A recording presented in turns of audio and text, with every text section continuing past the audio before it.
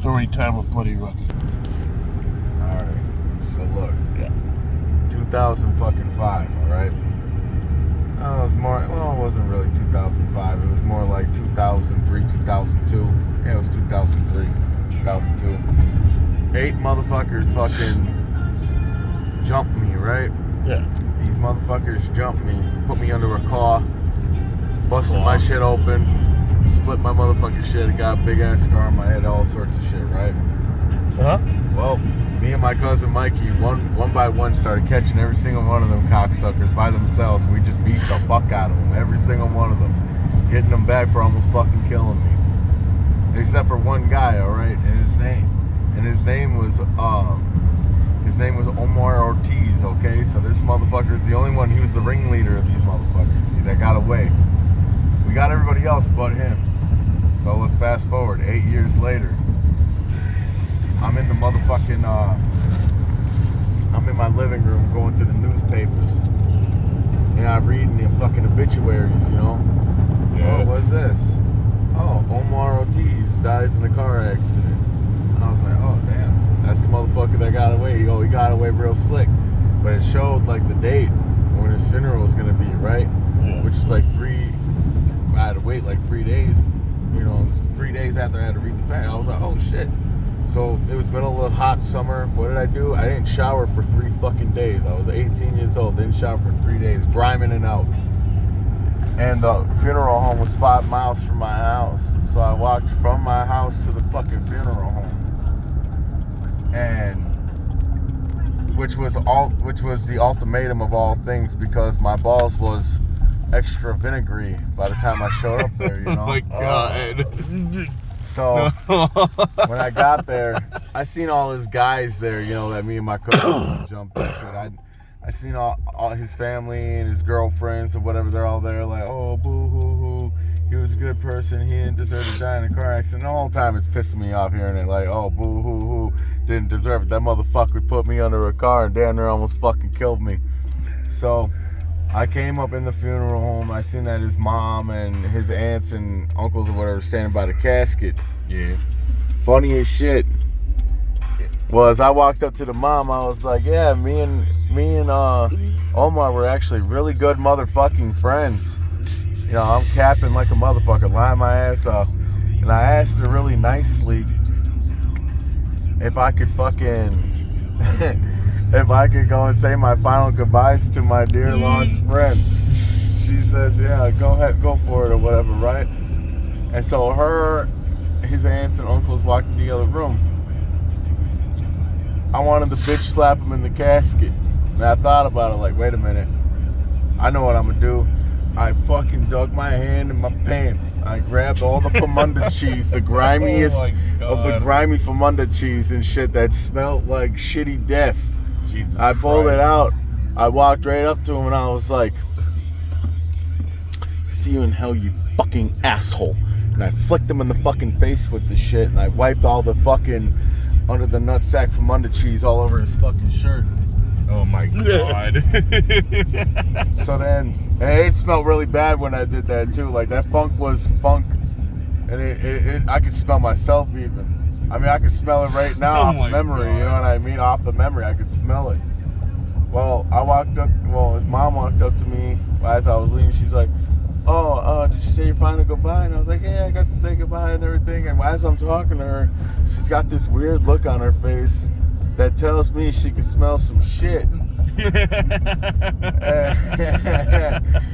So I was like, I'll see you guys later, you know, and you could tell, like, there was like a really nasty, like, gray, grimy fucking slime shit from under my nutsack around his fucking cheek and all over his shirt. So, like, I knew deep down, like, yeah, I might have not got him back in fucking life, but he's gonna have a piece of my fucking nutsack with me for all fucking eternity. So I left. Damn. So I left the funeral parlor. I walked around the corner. As soon as I hit the corner, I fucking start running. Now, this is at the time when payphones was still a fucking thing. So I ran about a few blocks. I got to a payphone.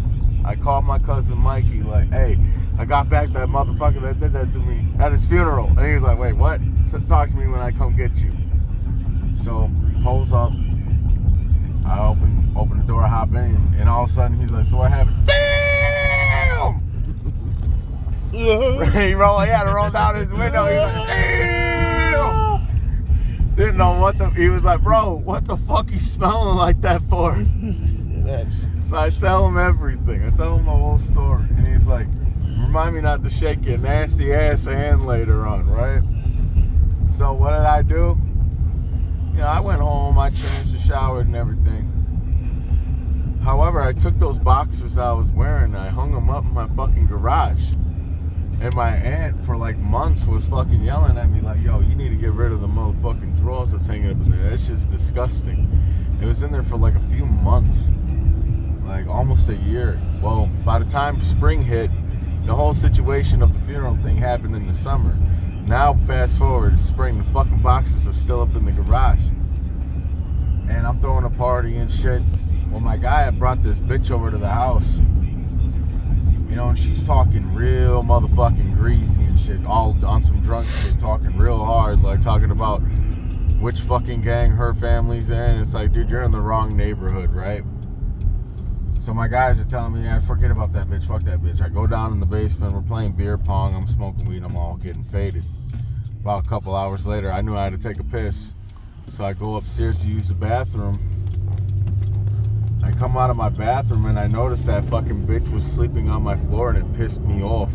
Seeing her on my living room floor after talking all that shit. And I was like, you know what? Fuck this bitch, I got something for her. I went out in my garage, I grabbed those fucking drawers. The nasty ass Famunda cheese drawers. The fucking holy grail of fucking Famunda. So, walked into the house. I picked her fucking head up off the fucking ground. I put the drawers right on her fucking head. And I took the nutsack and taint part and ass part of the drawers. And I started mushing it in her face. Like this a little bit. Oh my god. And she started to wake up. She's like, man, what the fuck's going on? She said, what the fuck's going on? Why the fuck does it stink so bad in here? I was like, yeah, you fucking funky badunky ass, fucking rotten ass, no good fucking ass bitch. Now look at you.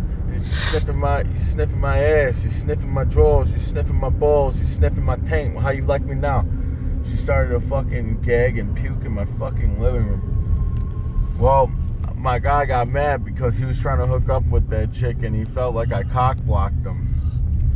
And her. Wait, pretty much did. Well, I mean, if he hadn't hit it yet, she was already asleep, probably. who knows? All I know is that she went out in front of my house and she was like all slumped up on the curb waiting to get a ride and the fucking drawers are on the fucking sidewalk. Well, my motherfucking aunt had just came back from Las Vegas the following day and seen the drawers on the sidewalk, not even realizing it. She's like, whose fucking drawers are these on the sidewalk? And I'm like, whatever. So, I don't know, somebody must have snatched them off the street or something on some weird shit, but 2 weeks later, she goes into the garage to do some of her fucking work on her car. And she noticed that the drawers were gone. And she comes in the house, she's like, hey, I'm proud of you. You finally got rid of the motherfucking drawers, man. Good job. And I was like, yeah, you're very welcome. 2 minutes later, she comes back in the room. She's like, wait a minute. The motherfucking drawers I was on the goddamn sidewalk. The drawers I was in the garage, wasn't it? And I was like, I don't know what you're talking about, Willis. What you talking about? Quit fucking up my vlog, Chuckles. But the real get off my vlog. But the real question is this: you guys blame me for doing what I did to the motherfucker in the casket after trying to kill me?